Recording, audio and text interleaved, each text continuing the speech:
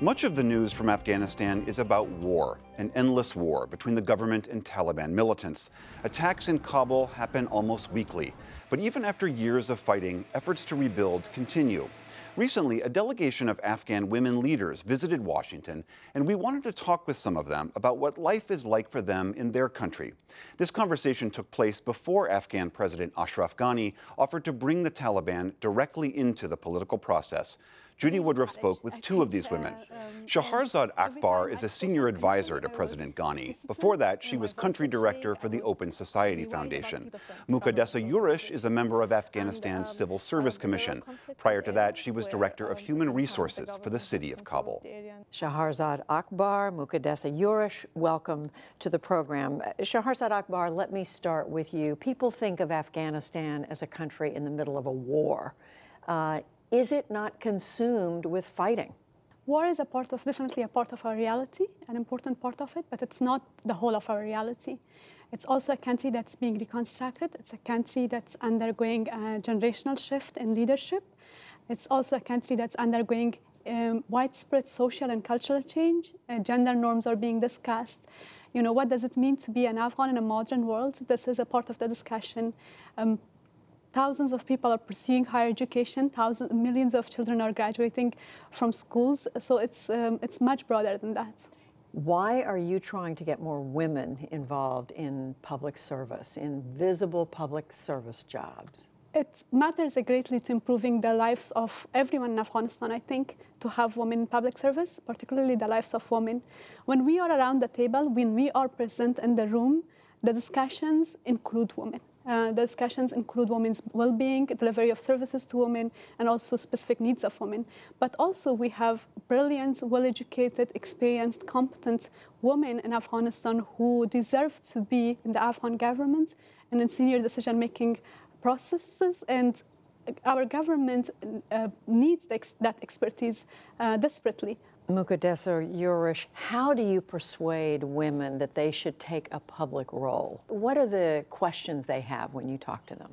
What I always talk about is how we, as senior women in the government, are a testimony to the fact that the government of Afghanistan is very open to giving women equal opportunities to be part of the government. And at the same time, as my role as a commissioner in the Civil Service Commission, we have continuously been trying to make sure that we have policies such as work safety policy and also measures such as career coaching center for women to make sure that we provide that enabling environment for women to feel safe in the workplace and also to come forward and join the civil service.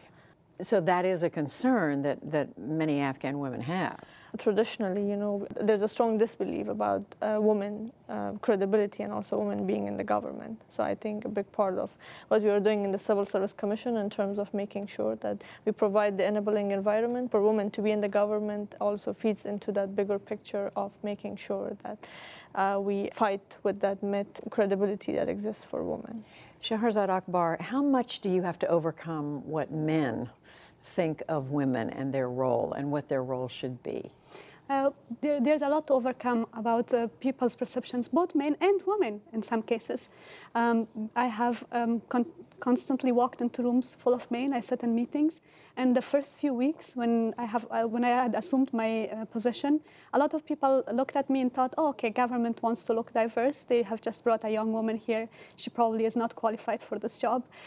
So that was the assumption, and changing that assumption, building relationships, having a voice on political issues, all of this takes a lot of daily courage, I think. Sure. And every time I spoke up, initially I was hesitant. My voice would shake. I would be worried about people's judgment, my colleagues' judgment. But slowly I have started to build a network of support with other women in the government. That sisterhood is also very, very important. But women in the civil society, all of us support each other, give each other tips.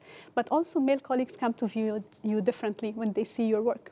I was going to say some of these things happen, I think, to women everywhere, yeah, not just in Afghanistan. Muqaddesa Yurish, are there parts of Afghanistan where you can go and openly recruit? Are there parts where you cannot? We know the Taliban still holds a great deal of influence in your country.